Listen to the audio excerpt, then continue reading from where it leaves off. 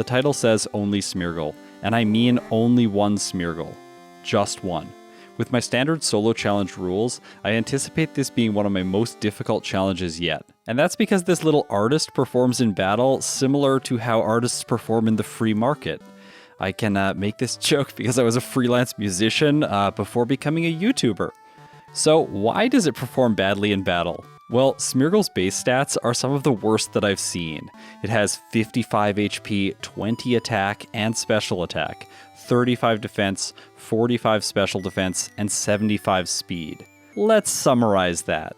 It has less than half of Onyx's offensive might, making it one of the worst attackers in the game. Its defense and special defense are slightly better, but still worse than pretty much every other Pokemon. For comparison, its defense is the same as Rattata, and the same special defense as Diglett. I'm actually always surprised how much special defense this little mole has. Anyways, now speed is obviously where Smeargle shines, and I thought that it was going to be nice to be able to move first, and that's until I realized how Sketch works. It permanently copies the last move the opponent used in battle, allowing Smeargle to learn any move in the game. The problem there is that Sketch has the smallest PP in the game, with only one. So I move first, use Sketch, it fails because the opponent hasn't moved yet, and then Smeargle has to struggle. The only way to learn a move other than Sketch is to have the opponent move first so that I can take its move. If I blackout after that, it's okay because I've permanently copied the move. However, where am I going to find a Pokemon that Smeargle is actually slower than? The Johto level curve is really a big problem here, because most of the trainer Pokemon are around level 2 to 4. And making matters worse is the fact that the clock is ticking, because Smeargle is going to learn Sketch again every 10 levels. At level 11, if I haven't sketched a move, then my first copy of Sketch is already on my moveset, and I'm not going to be able to learn the second one.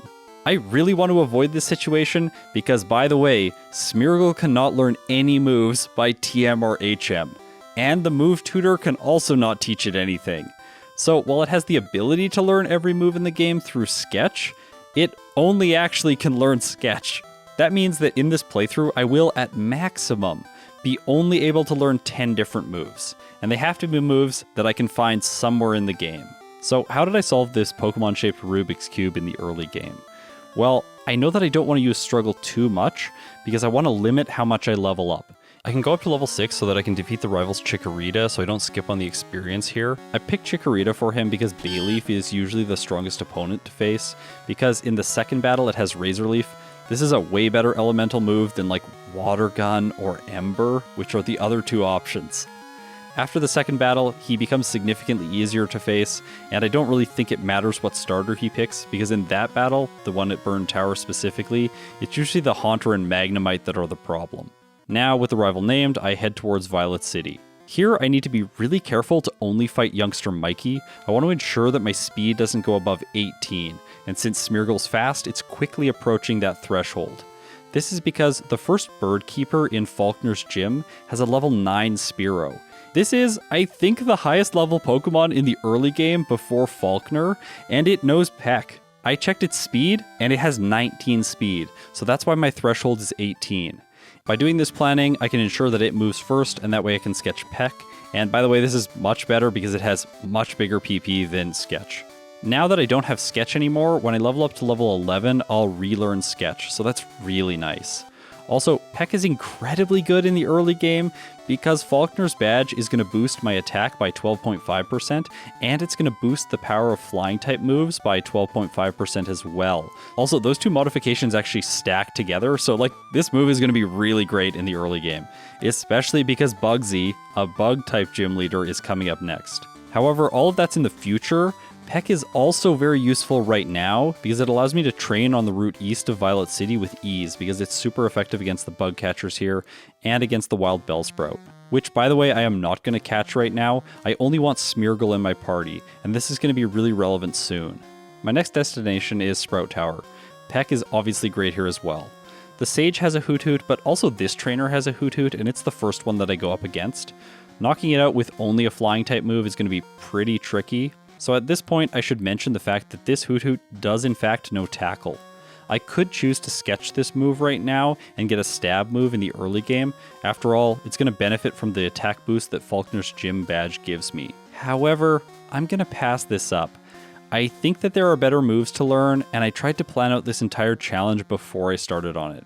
Actually, I usually write a plan for every one of my challenges before I initially try them, and then usually just like mess stuff up along the way the first time because I'm not sure how to play the Pokemon or something like that.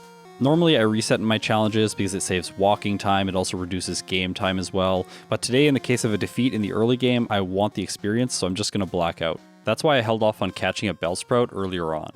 After defeating the Sage at the top of the tower, I'm now going to head over to the ruins of Alf. By the way, when I was a kid, I loved these little puzzle things. Like, they were so engaging and so fun. I just wish there were more of them. Like, I think there's like Ammonite and Kabuto, but like, why isn't there an Aerodactyl puzzle?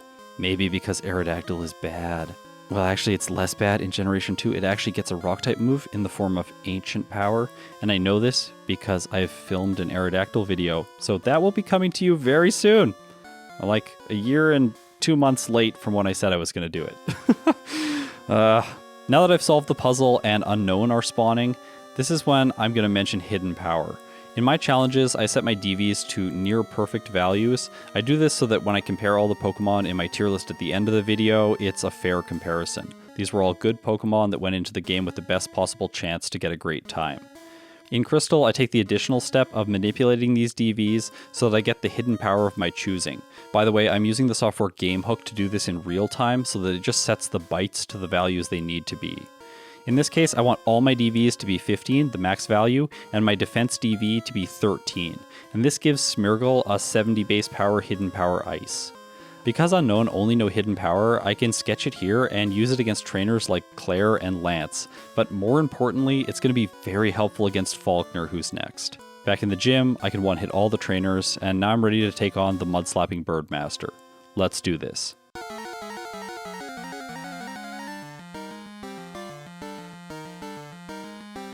Pidgey's first, I use Hidden Power, and it one-hits despite Smeargle's base 20 special attack. Pidgeotto's next, Hidden Power takes it to Orange, it uses Gust, doing only 6 damage, and then Smeargle finishes it off. So that's an easy first gym. Excellent, all of my planning really came together and paid off. But things are probably not going to stay easy. I anticipate so much pain in this playthrough. I got a comment on my Lantern video saying that I shouldn't complain about the slow growth rate if I'm not going to fight all the optional trainers. As a result, I'm going to spend the time needed today to defeat all the trainers between here and Azalea Town. By the way, I should mention here that Smeargle does have something going for it, and that's the fact that it has the fast growth rate. It's one of very few Pokemon that have this. Like in Generation 1, it's Chansey, Clefable, and Wigglytuff. What? Why these Pokemon? Why the pink Pokemon? Like, I don't get it. Anyways, this is beneficial for Smeargle because it allows it to learn Sketch sooner again. There are some moves here that might have been good to learn, specifically Hypnosis from these Poliwags. Then in Union Cave, this Fire Breather has a Vulpix that has Ember. That obviously would have been quite good for Bugsy's team. And finally, there is the infamous Hiker Anthony. By the way, I learned this week that his team is really known for ending speedruns. His team also has Low Kick and Rock Throw, so both of these could be useful at some point. However, I haven't learned a new instance of Sketch yet, so that's not an option. In Slowpoke Well, I could learn Quick Attack, which would get Stab, but for now, I'm still gonna hold off. I need a solution for Whitney's Miltank, and the perfect move is coming up on Bugsy's team.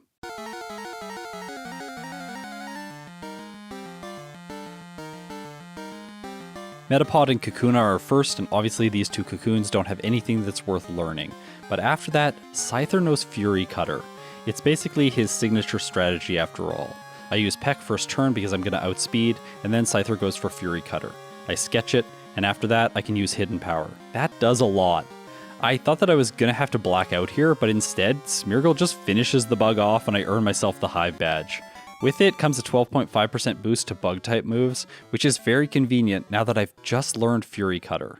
But before I get to use this powerful move on Whitney, I have to take on the rival before the forest, and this does not go as expected.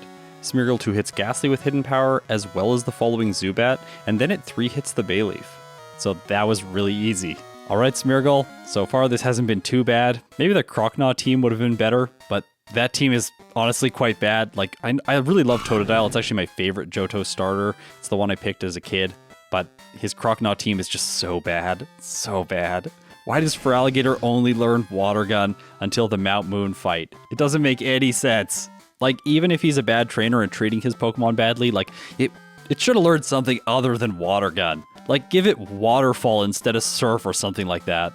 And in contrast to the terrible rival teams, is the fact that Smeargle is actually doing quite well in this playthrough. I'm very surprised. However, it can't be smooth sailing forever though, so I face as many trainers as I can before I enter Goldenrod City. Now it's time for errands. I grab the coin case, the bike, I buy an Abra, pick up Kenya, and head north. I decide to face this policeman with his Growlithe to gain some experience. The doggo keeps roaring and bringing my HM mules out. Because of my rules, I'm not allowed to use them in battle, so I'm forced to switch out, and I take free hits in the process. Yes, I used to reset in this case, but I think that's kind of silly. Just switching out is fine. Like, he still gets a free attack. I get burned by Ember, and eventually Smeargle faints. So that's my second reset, and it's really not where I expected it to be. I'd have expected Bugsy or Faulkner at least to get me once. However, out of the early 3 gyms, Whitney definitely is the one that's most infamous for her difficulty.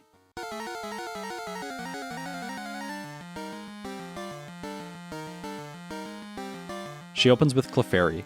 I sketched Fury Cutter just for this fight. I start to set it up, it isn't doing much, and Clefairy gets a 5-hit with Double Slap, followed by another 5-hit. Are you kidding me? I'm just above half health going into the Miltank, so please Fury Cutter, just don't miss. It hits, and it does so much to the cow, taking it to red.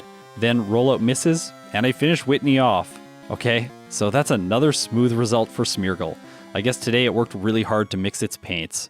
Now heading into Ecruteak City and the dance hall, it's very apparent that Smeargle is starting to fall behind. Its moves aren't powerful enough anymore, and every Kimono Girl battle is taking around 3 to 4 turns. What move might be best to sketch now? Well, having a stab normal type move would be amazing for my moveset, something like Headbutt, Body Slam, or Return. Especially after just beating Whitney and getting the boost to normal type attacks.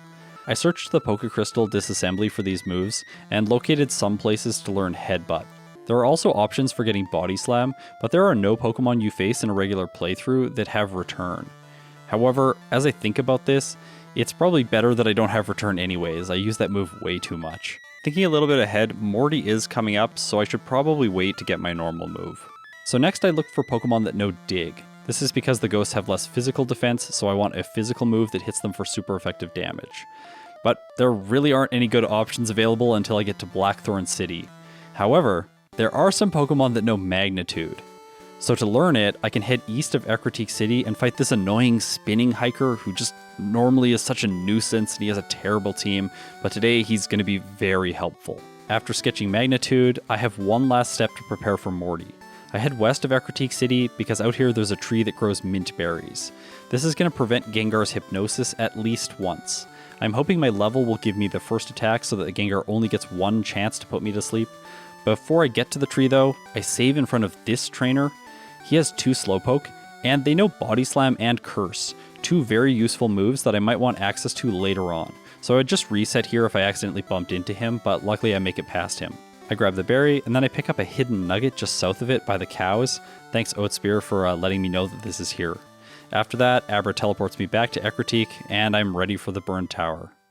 With Magnitude, the rival in here should be fine. Smeargle gets Magnitude 7 against Haunter, but it doesn't quite knock it out. So Haunter sets up Curse with its last moments in the battle. Magnemite's next. At least Curse doesn't do damage when you one-shot the enemy's Pokemon. The rival chooses Zubat, Hiddenpower Ice finishes it off, and finally Bayleaf comes out. My Ice move does almost half, Curse does 25%, and the dinosaur poisons me. I try Peck, but it isn't quite as good, at least from what I can tell. Poison and Curse do damage, and then Razor Leaf hits. But Smeargle survives on Orange, and Hiddenpower finishes the Grass type off. Alright, I'm moving on to the gym.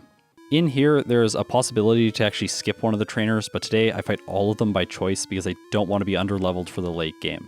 Plus, levels are really going to help against Morty because Magnitude is very inconsistent, like this is the ultimate dice roll move. So I should explain how it works.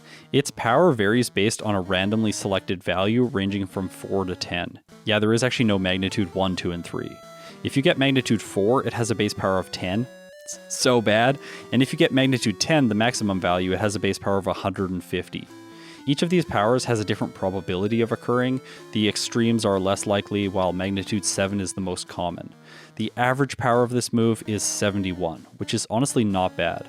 Hopefully, I'm going to get some good rolls against Morty.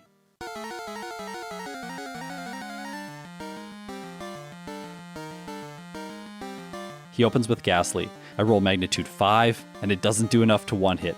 As a result, Smeargle gets cursed. So, this is not a good start. At least I don't take damage from this strange volatile status, because the Ghastly knocked itself out.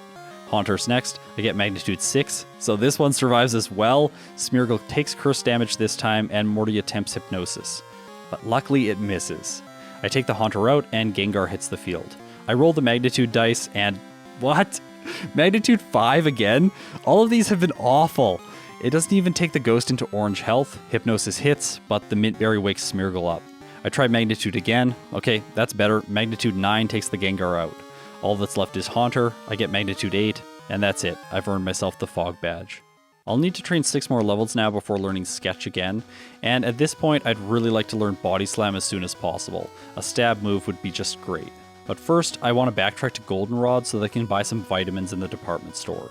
Now, these vitamins might seem strange, and I'll explain it later, don't worry, but I'm going to buy Carbos. While Smeargle's speed was a liability in the early game because it was too fast, in the late game I thought that it was going to be a liability because it was going to be too slow. After all, Red has fast Pokemon, Pikachu, Espeon, and Charizard, so I'm planning for these. I don't spend all my money on vitamins here though, because I need to pick up some Super Repels and Great Balls when I arrive at Olivine City. On my way, I continue to face as many trainers as possible, like I really don't want to be underleveled. For once, the upcoming Rocket plotline is actually going to be useful for training. And then at the end of the route, I get into a scary fight against this Poliwhirl. Fury Cutter isn't doing much. Luckily, I'm only getting hit by Bubble. With Fury Cutter powered up, I should be fine. Oh, unless it misses the Krabby. That resets this move's power, and this crab knows Vice Grip. I was worried here because Krabby has 105 base attack, and the last time I saved was before Morty. However, Smeargle pulls through, and I make it to Olivine City. Here, I do my errands. First, I insult the fishing guy by saying, no, I don't like to fish. And then I confuse him by saying, yes, I do like to fish. And then he gives me his rod. In the mart, I spend the rest of my money on a couple Great Balls, and I buy some Super Repels. When I started these challenges, I always used to forget Strength, but now I don't. I have to say, Gold and Silver are the games that make it easiest to skip HMs entirely. Like, there are so many that are just out of the way. I need a Pokemon to use Surf and Strength, so I fish for a Krabby. Funnily enough, Smeargle is so weak that this level 20 Krabby is dealing decent damage. Now it's Lighthouse time, and I do some light training in here. I'm not facing every trainer now. After I finish Chuck, I'm going to be heading to Mahogany Town anyways, and then I'll use the Rockets to level up. I'll do additional training after that if it's required for Price or Jasmine. I'll address now why I usually fight Price before Jasmine when the game is clearly designed so that you face Jasmine as the 6th gym leader. That's because you surf back, give Jasmine the potion, and then she returns to the gym and you can challenge her. Well, she's a lot better than Price, and you get Fly on the island, so I fly back instead of surfing, so I can go anywhere I want. I head back to Ecruteak City, and then I surf to Mahogany Town. That allows me to grab Hiddenpower with most Pokemon, and then defeat the Rockets, and then after that, Price. This gives extra levels for Jasmine, and that way she isn't as hard when I face her. Well, she's still a Steel-type leader, so she's very hard. Brock's jealous. Resets cost time after all, and I judge Pokemon on real time, so I want to be as fair as possible, and I think fighting Price first by default is usually the safer choice. Now, I've arrived in Chuck's gym, and there are a few trainers here that are worrying. First of the tag team with the Generation 1 Hitmons. First is Hitmonlee, Peck does over a third, and it strikes back with Double Kick. Oh no, that did so much to Smeargle. But my follow-up Peck gets a crit, and that knocks the fighting type out. So I made it to the other trainer with luck. Hitmonchan takes less damage here because it has better defenses. I was optimistic, but its second attack is Thunder Punch and it paralyzes. I'm not fast enough to move first anymore, it hits with Ice Punch and finishes Smeargle with Comet Punch. So now I'm thinking it might have been a mistake to skip all the training in the Lighthouse, and to skip the trainers at sea. So, two things. As I go, watch this footage for Magnitude 10s. Like, I think it's ridiculous. Why didn't I get these against Morty? It's like Magnitude is just determined to knock out all the Tentacool and Tentacruel here. Just like, The second thing that I want to appreciate is Smeargle's current moveset Magnitude, Hiddenpower Ice, Fury Cutter, and Peck. What a strange, abstract group of moves. Peck is starting to get very useless, and so is Fury Cutter. I'll replace Fury Cutter first because it's going to be completely useless against Chuck, and Peck could help there. I thought briefly about facing Jasmine once to sketch Thunderbolt and then use it against Poliwrath, but that's going to push my entire plan 10 levels higher, and I think that this just isn't a good idea. It's going to be better for real time if I just stick to the plan. I finish my training at level 41 when Smeargle learns Sketch again. I head north to Olivine City, reset the clock, grab the Sharp Beak, which is available here on Mondays by the way, and now I'm ready to head back to the gym. Let's see if I can make it past the Hitmonlee and Hitmonchan. Peck does over half now, the Kicking Fiend uses Jump Kick for more than half to Smeargle, and then I knock it out. I just have to survive the Hitmonchan now. But remember, in Generation 2, damage category, meaning physical or special, is determined by the move's type, so its elemental punches do almost nothing. It uses Ice Punch twice, luckily neither freeze, and I take it out. Knob's next. He's terrifying if you have a flying type Pokemon because his second Pokemon, Machoke, knows Rock Slide. He's not an issue though for Smeargle today. The last trainer in the gym takes inspiration from Bruno, and that's all that needs to be said. Now, let's battle Chuck.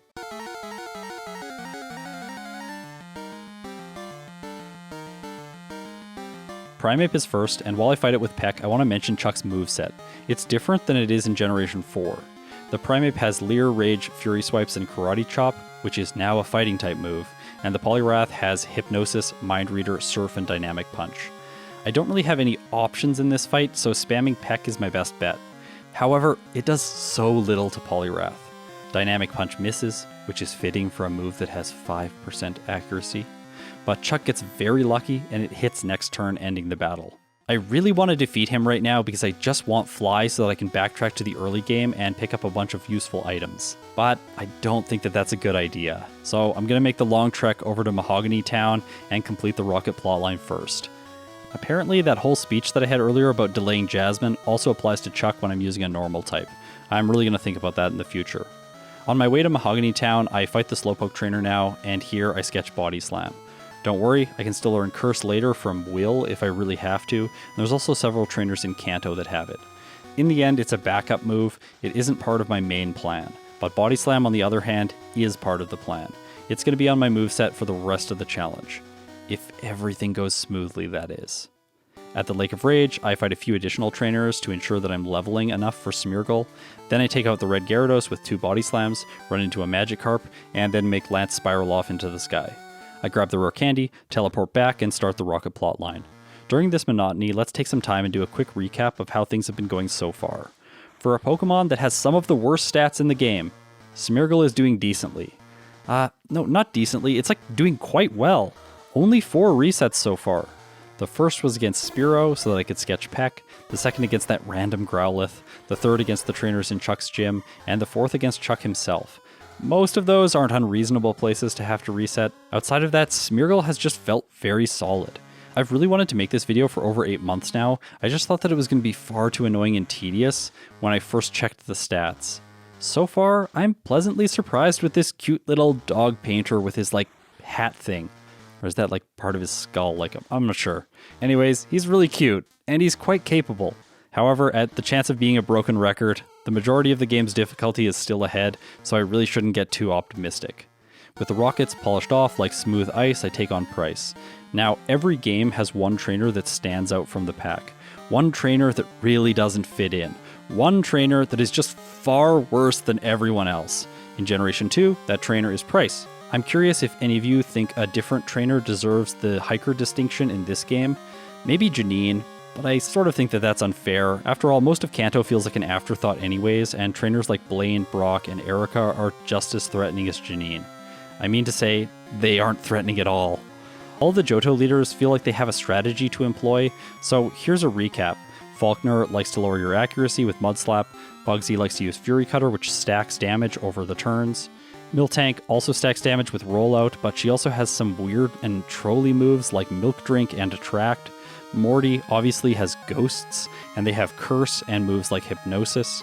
Chuck has the Mind Reader strats with Dynamic Punch and Hypnosis, 2 moves that are very inaccurate. It's a shame they didn't take away the AI's 25% chance to miss after he uses Mind Reader. Yes, Hypnosis can still miss in that fight.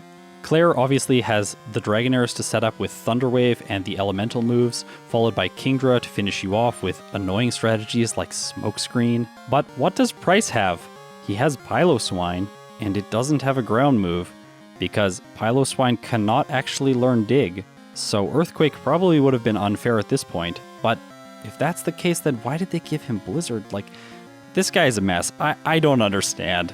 So cast your votes in the comments. If Price is clearly the worst, he's going to take up residence at the bottom of my Generation 2 list, replacing the hiker from Generation 1. I was intending to backtrack and fight Chuck next, but on my way through Olivine City, I decided to stop by the lighthouse and get Amphi the medicine it needed.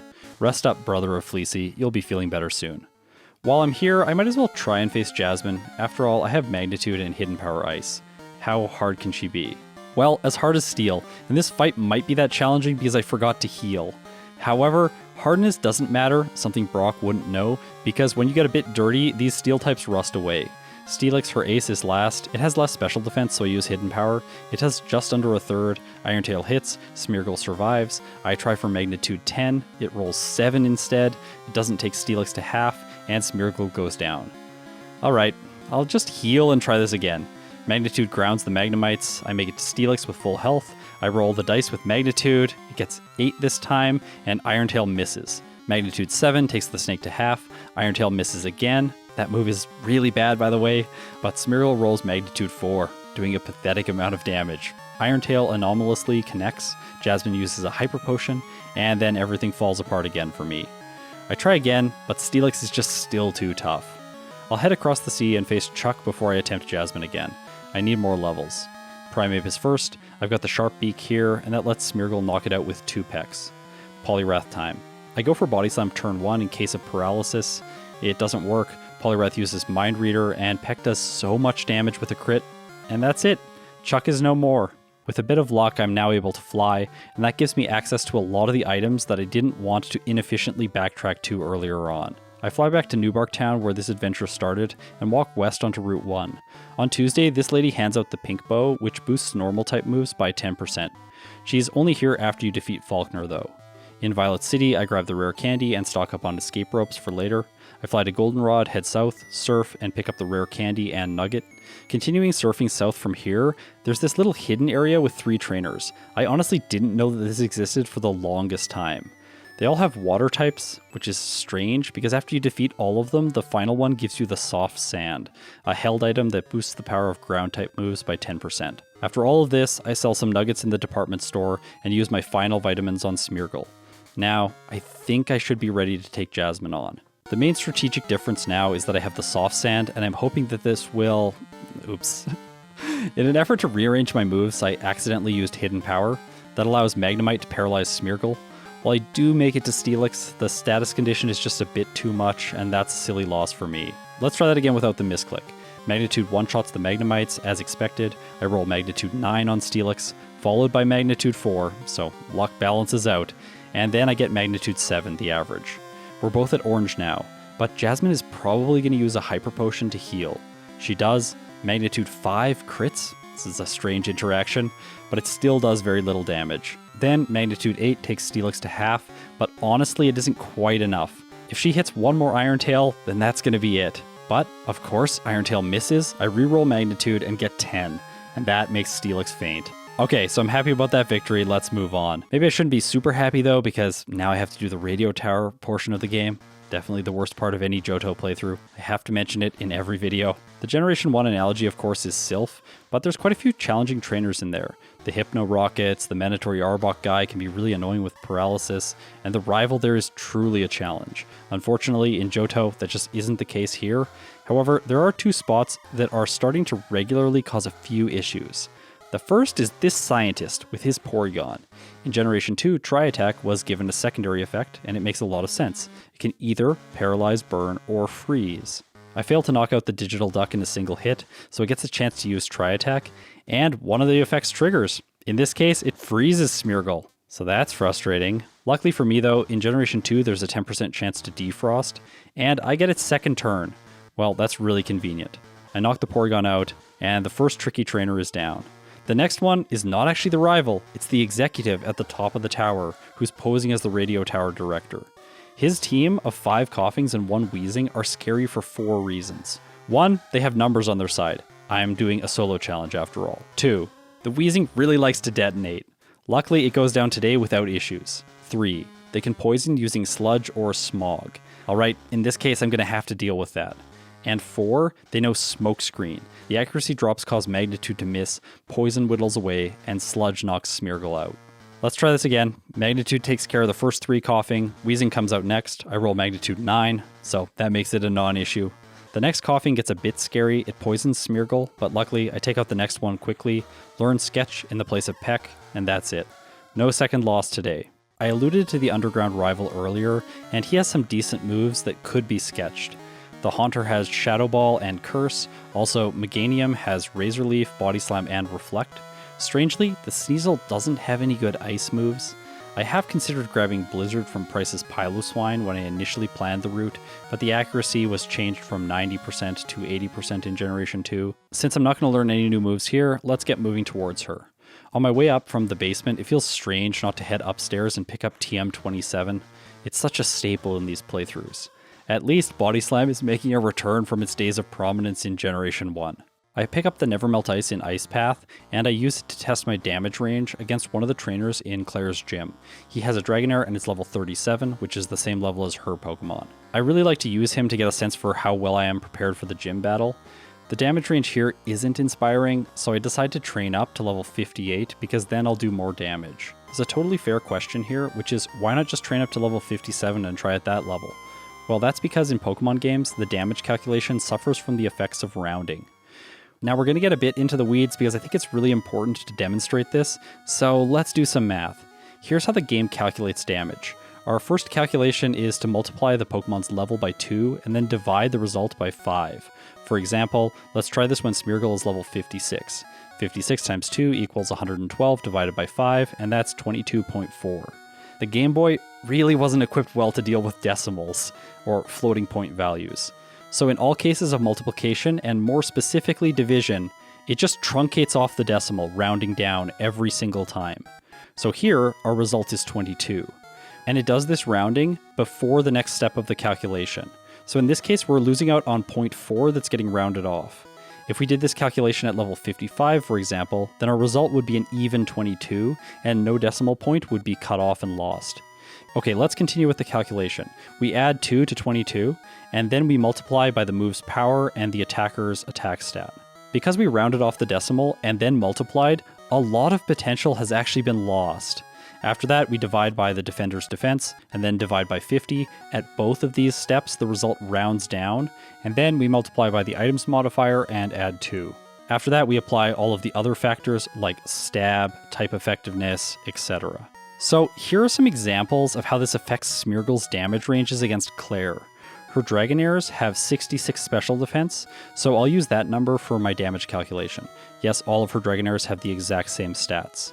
Some additional factors here are that Hiddenpower is base 70 power, I have the Nevermelt Ice for a 10% boost, and I have Price's 12.5% boost to Ice-type moves.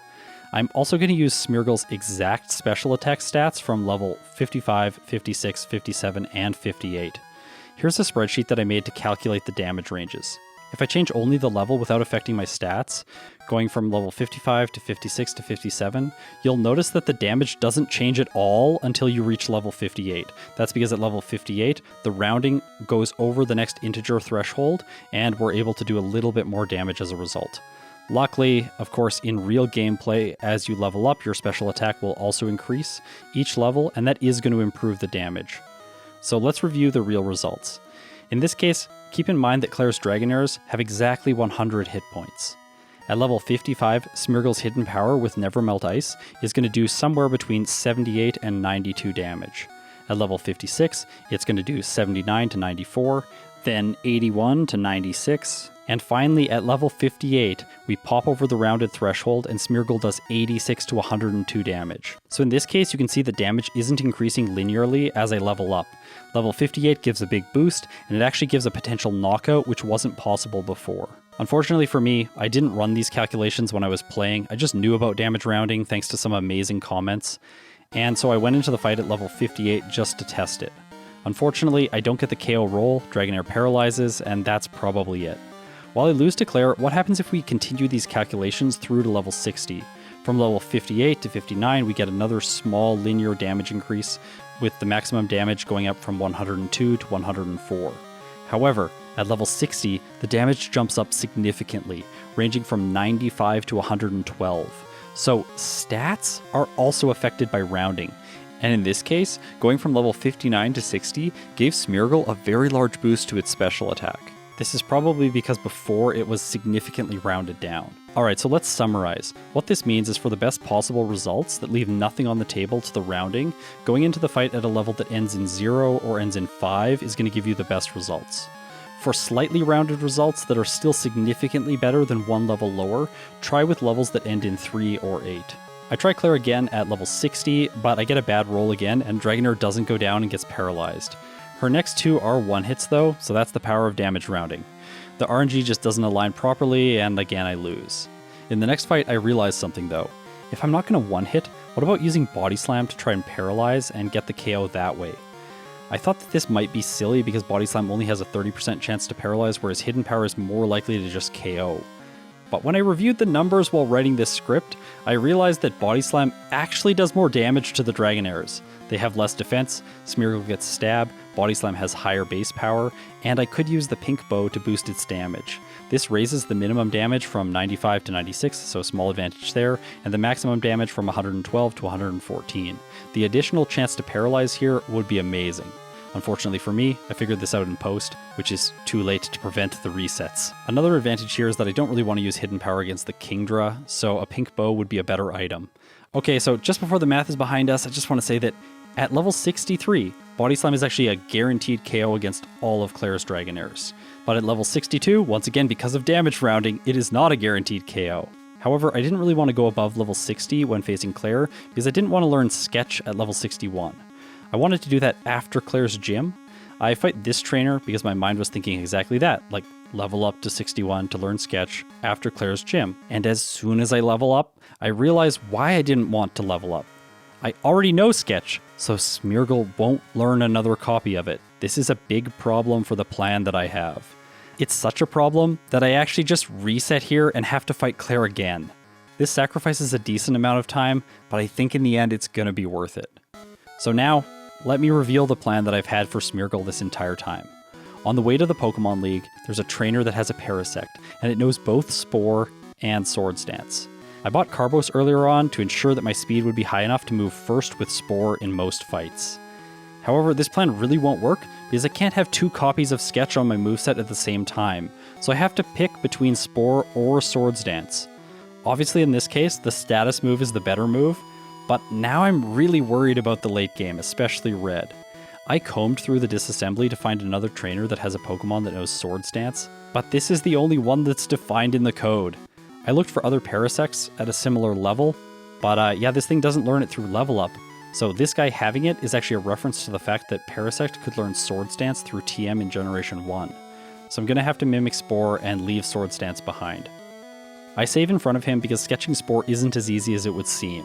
The way Sketch works is the opponent has to use the move first before you sketch it, and in this case, because Spore is 100% accurate, it's going to put me to sleep a lot. If I'm asleep, I won't be able to use Sketch, and in that case, I will not be able to learn Spore. However, the AI has a 25% chance to miss all of its status moves in this generation.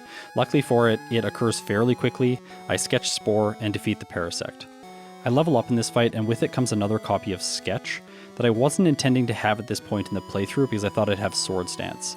So I backtrack a little bit earlier on this route, and there's this trainer with two Starmies. From them, I can sketch Recover, which is honestly going to be a better healing move than Rest. Let's just note that this playthrough is defying all of the Gen 2 tropes: Recover instead of Rest, Body Slam instead of Return, Spore instead of... well, I don't really use any status moves in Generation 2 now that I think about it. I guess Spore instead of Curse. With my moveset complete, I think I'm ready to face the League. But first, I need to defeat the rival one last time. Yes, it is possible to sketch Recover from the Kadabra here, but I didn't want to chance that. I felt that the Starmie was a safer choice. I was probably right too, because Magneton wakes up and paralyzes Smeargle at the worst possible time. This lets the following Haunter set up Curse, and now I'm on a timer. Cadaver's a one hit with Body Slam, Megadium takes over half, Curse does damage, and the dinosaur's Flowered Body slams. But Smeargle survives, and that's it. Okay, now it's time for the League.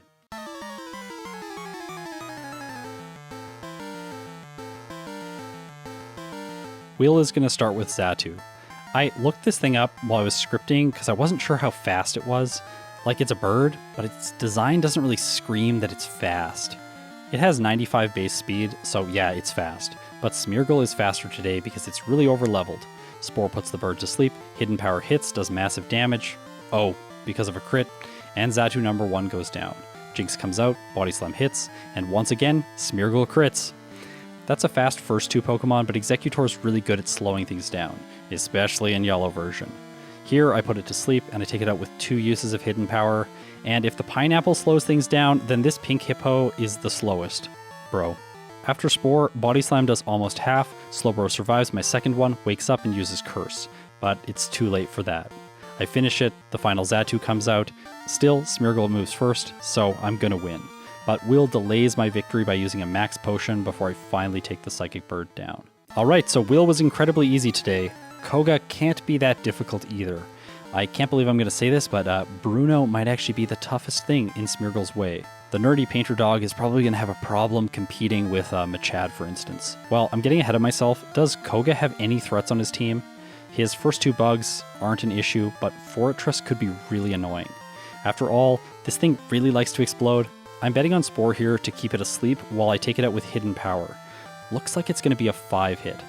Yeah, definitely going to be a 5 hit. Fortress wakes up after number 4, and as is typical after a nap, it explodes. Oh no. But Smeargle hangs on with 19 hit points remaining. This is the reason that I grabbed Recover, so that I can get out of sticky situations like this with the use of Spore. Also in general, I think that recovery moves are very important when playing solo runs, because you can't just switch out to another healthier Pokemon. After Muck goes down, Crobat follows, and Koga tries to heal it. Turns out, he only has 1 full restore, because the second healing item he uses is a full heal. Interesting. I didn't actually know that he had that. I guess it's more useful than his X attacks in Pokemon Yellow. Now, let's prepare ourselves. It's time for the ultimate showdown. Athletic Pokemon against artistic Pokemon. As an expert in this subject, I can tell you that the artist does not win, at least when considering high school dating. But in luck comparable to a Gen 1 miss, I was able to meet my fiancé, so maybe Smeargle can make it through this fight after all. Speed is to my benefit because I can put Bruno's fighting types to sleep with Spore. Hitmontop goes down without dealing any damage, Hitmonlee's the same, it's so frail, a single Body Slam does the trick. Hitmonchan is next, and it's going to use Mach Punch like pretty much every time. Honestly, I don't think it's ever used another move against me. I don't actually know what its other 3 moves are. Machamp's next, Spore puts it to sleep, it keeps snoozing, Body Slam does more than half, and my second one takes it down. So, Spore is good. It's time for Karen. I've given Smeargle the Pink Bow to increase Body Slam's damage. I hope that here I can avoid her trolley status conditions by getting a KO 1 turn faster. Also, Spore negates the need for the Bitterberry if her Pokemon stay asleep. In this case, because of that, I think the increased damage is going to be the better bet. Unfortunately, Umbreon isn't a 3-hit with Body Slam, it wakes up and uses Confuse Ray. That's frustrating. But Smeargle doesn't damage itself. This is not exactly historically accurate. Vileplume's next. This time, Confusion does its job, Stun Spore hits. I'm feeling really bad about not bringing the Bitterberry now because Body Slam would have 3-hit the Umbreon anyways. So now I'll explain why Karen's statuses are so bad. Confusion gives Vileplume a chance to paralyze. Once paralyzed, I can't move first against Gengar, and that basically gives it a free Curse or a KO with Destiny Bond. Today, Paralysis and Confusion comboed together take Smeargle out. I probably should have switched to the Bitterberry here, but I brought the Pink Bow in again, I just wasn't thinking. Luckily for me, this time Umbreon doesn't wake up, so I take it out without Confusion affecting me. Vileplume goes down this time without getting a status off, so I make it to the Gengar, and now I'm in a great place to knock it out. Smeargle moves first, Spore is 100% accurate, which feels unfair, and then I take the Ghost out with 3 uses of Hiddenpower. Karen's final 2 Pokemon shouldn't be an issue. Murkrow is first, and it's a 1-hit. Houndoom follows, it's a bit scarier, it uses Flamethrower, but Smeargle tanks it well, and that's it. I've made it to the champion.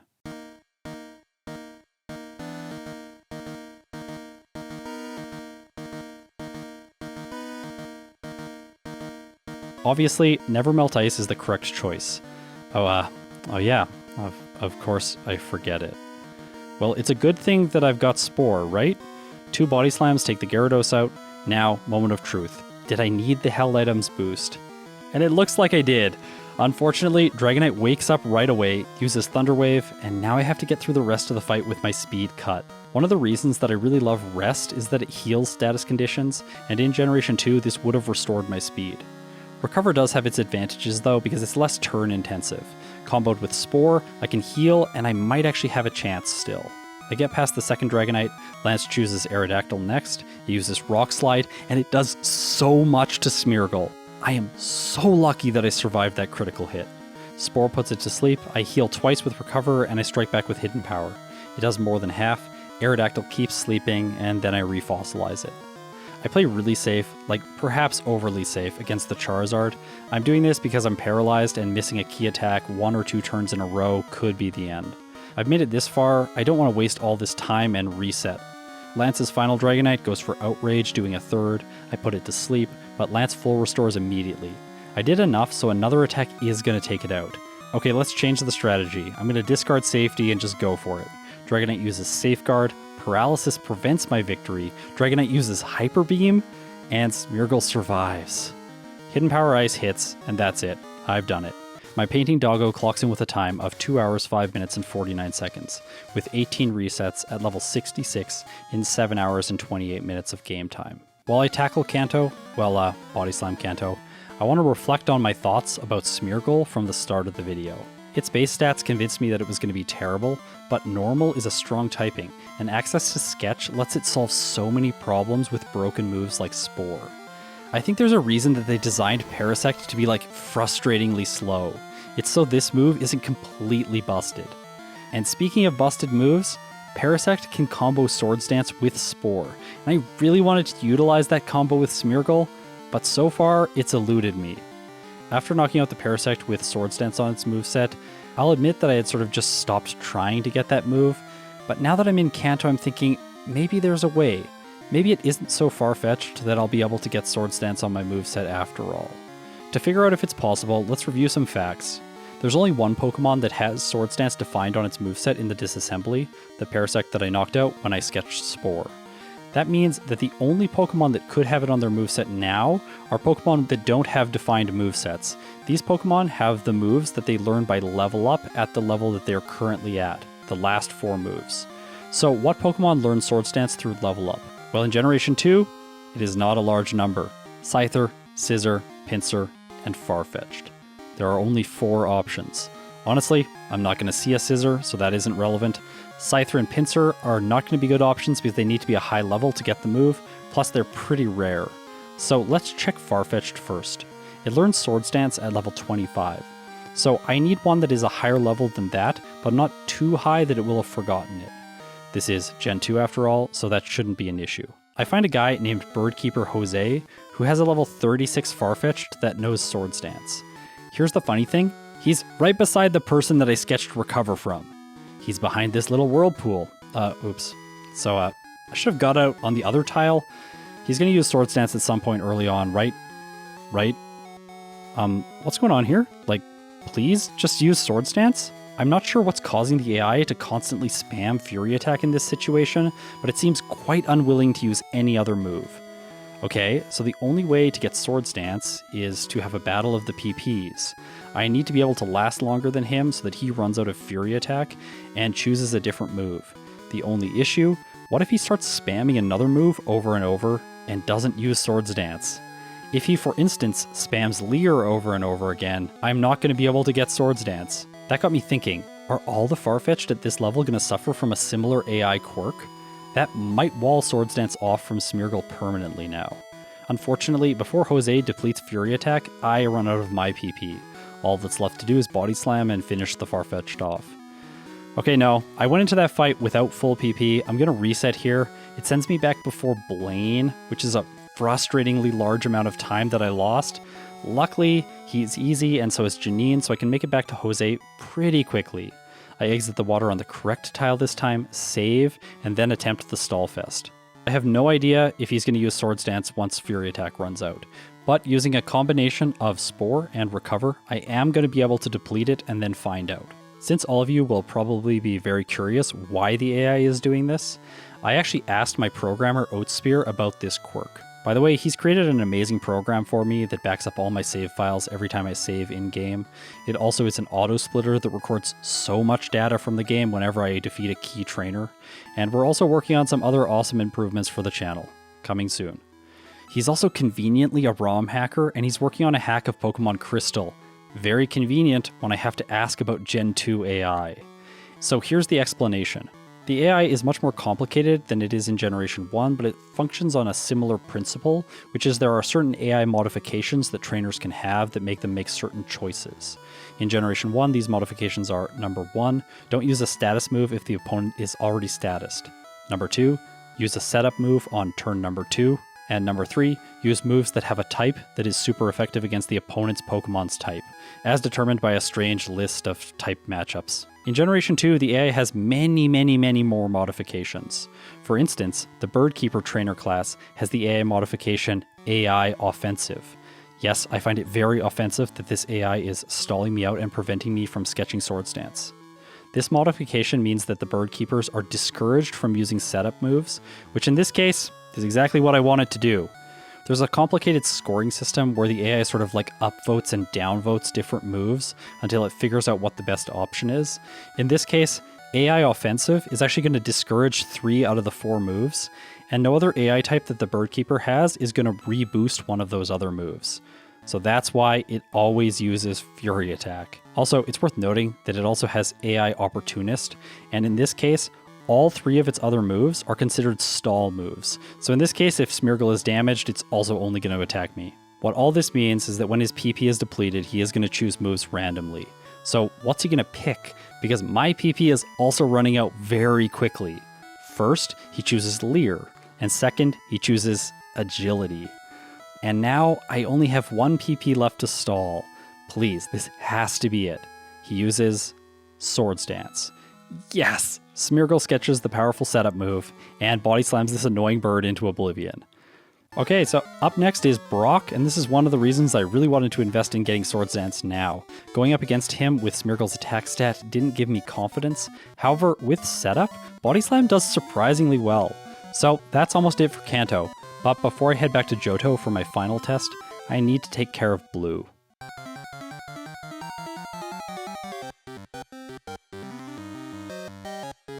Pidgeot's first. I use Spore, it wakes up, I have to use Spore again, and this time it stays asleep. Recover heals, and then Smeargle sets up with Sword Stance. More like a Brush Dance in this case. At plus 6, I have 418 attack. Honestly, not very good for a level 73 Pokemon with full setup, but it's still a good attack stat, so it should be enough. Body Slam takes care of Pidgeot, Alakazam is next. You'd think that it's fast so it can hit, but Whitney's speed boost, plus stat experience, and overleveling are more than enough to give Smeargle the first hit. Rhydon follows, I put it to sleep because I don't have Hiddenpower Ice anymore. Body Slam does more than half, alright that's good, and it keeps sleeping until it faints. Gyarados is a 1-hit. Smeargle? Executor is a 1-hit. Okay, this is feeling really good. Arcanine is last, and once again, Smeargle 1-hits. That was a dominant performance, but Red is known for stopping Pokemon dead in their tracks. Even after this victory, I'm very worried.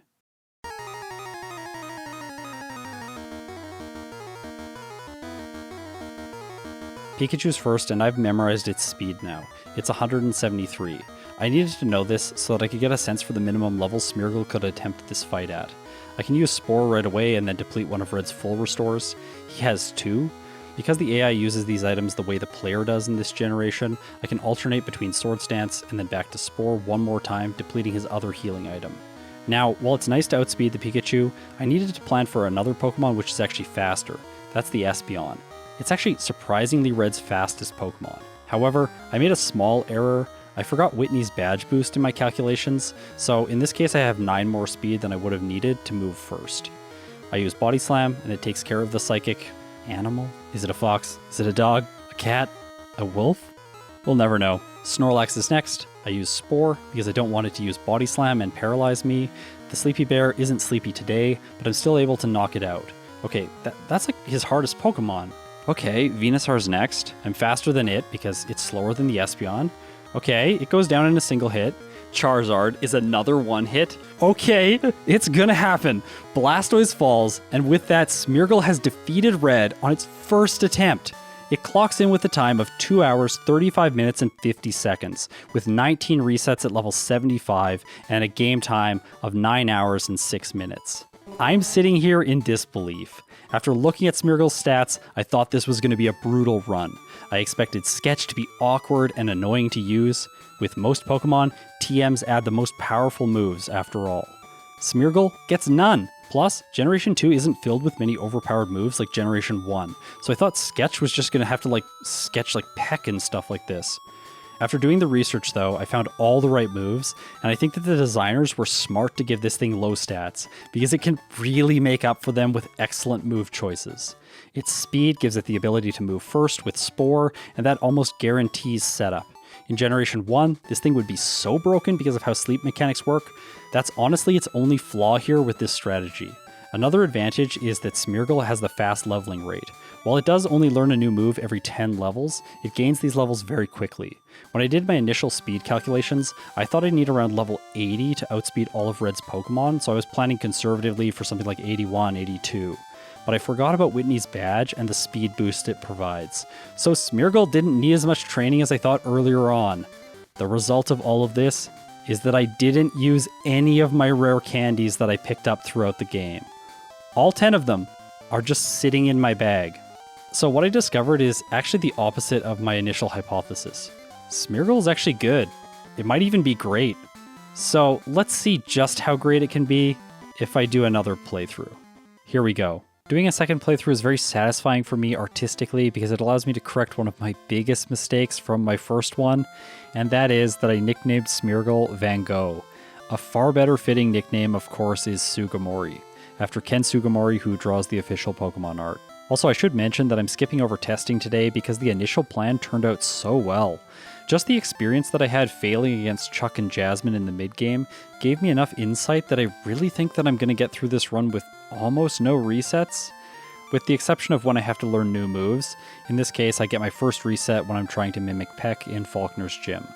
After that, I grab Hiddenpower Ice, which makes Falkner and Bugsy simple, Fury Cutter for Whitney, and to this point, I haven't had any resets in major battles.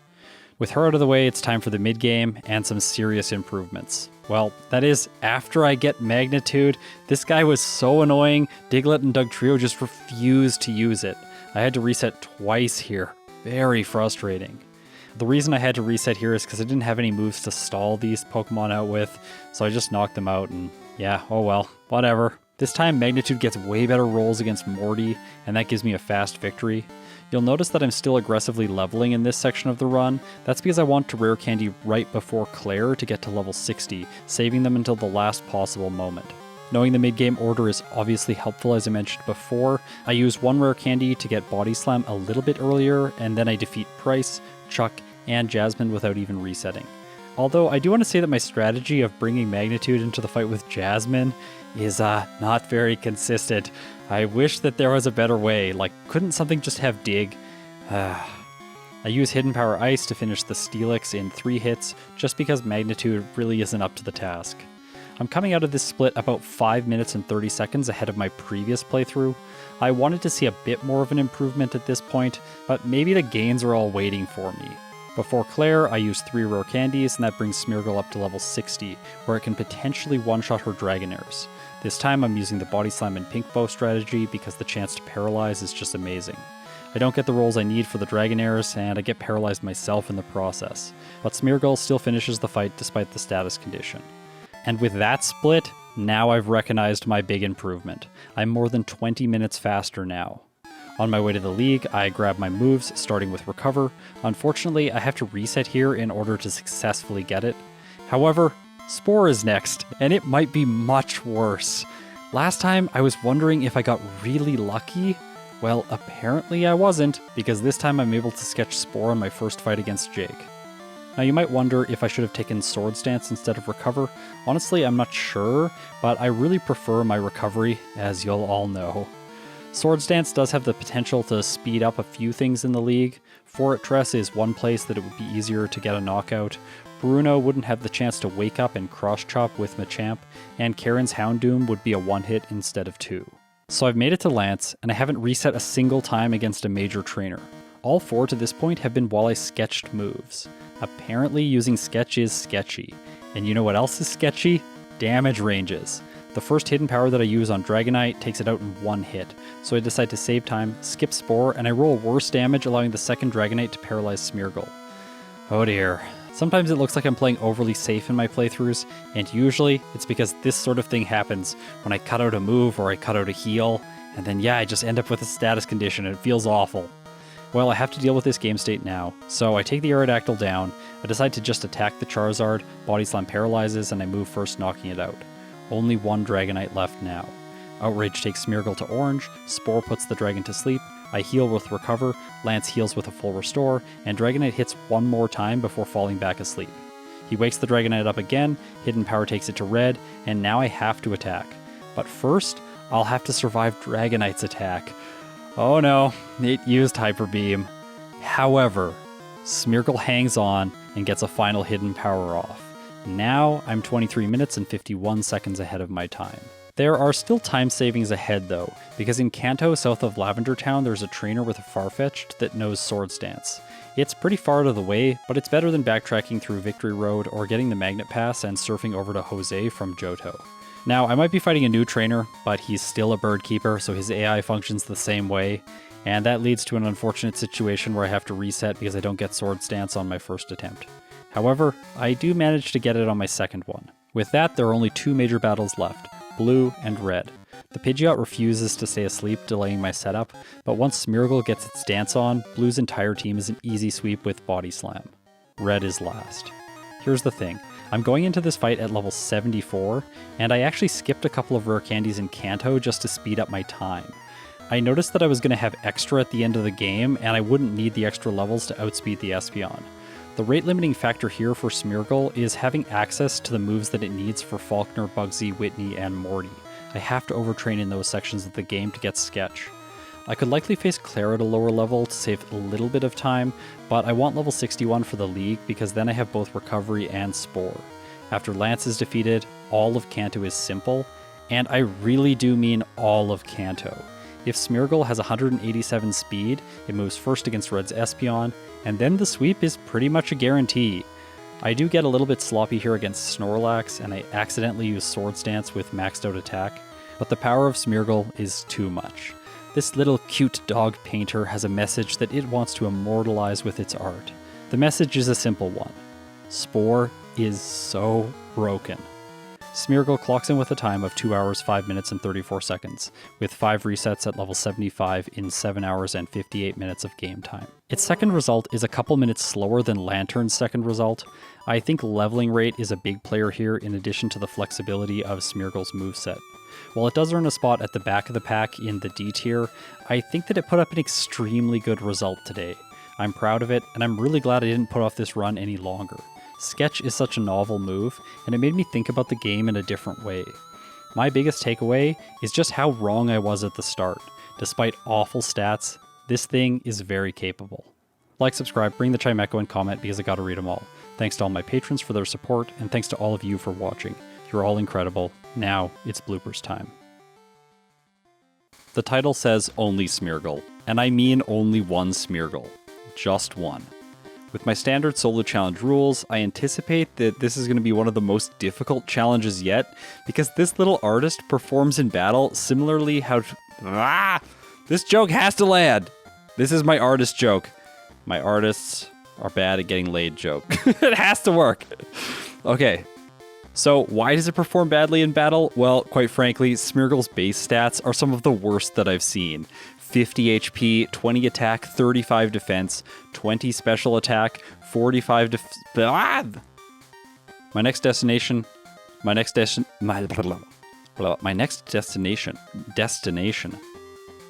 I picked Chikorita for him, by the way, because Bayleaf is usually the strongest opponent to face.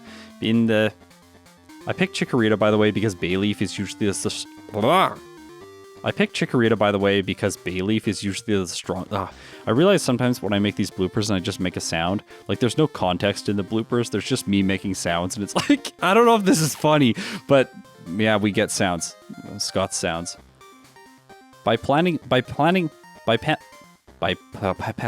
Pidgeotto's next. Hidden Power oh, come on. Hidden Power's next. No, not Hidden Power's next. Pidgeotto's next. I don't spend all my money on vitamins, though, because I need to buy some items when I arrive at Olivine City. Oh my gosh, that's Olivine. I immediately fly back to Newbark Town and walk west. I immediately fly back to Newbark Town where this... I fly back to Newbark Town where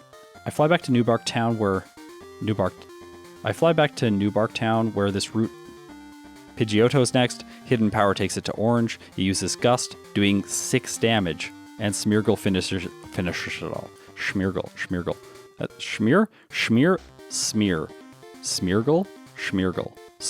It's definitely Smeargle. Smear is not a good word. I do not like this word. Smear and moist. Bad words. Very bad. Smear. Terrible. I don't like it. Smear. Who else likes this word? I don't think anyone else likes this word. No one else in the comments. Please do not defend this word. I always say I don't like something and then like 5 people comment like, actually, this is my favorite thing. Like, okay, fine. Smear is someone's favorite word. I see you. You're wrong.